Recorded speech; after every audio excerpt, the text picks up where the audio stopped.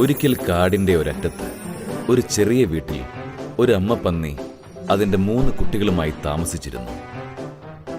ആദ്യത്തേത് എൽഡിയും, രണ്ടാമത്തേത് മെഡ്ലിയും, മൂന്നാമത്തേത് യൗളിയുമായിരുന്നു. എൽഡി വളരെ മടിയനായിരുന്നു. അവന്റെ ജോലി ചെയ്തു തീർക്കാൻ എപ്പോഴും എന്തെങ്കിലും എളുപ്പവഴി കണ്ടെത്തുമായിരുന്നു.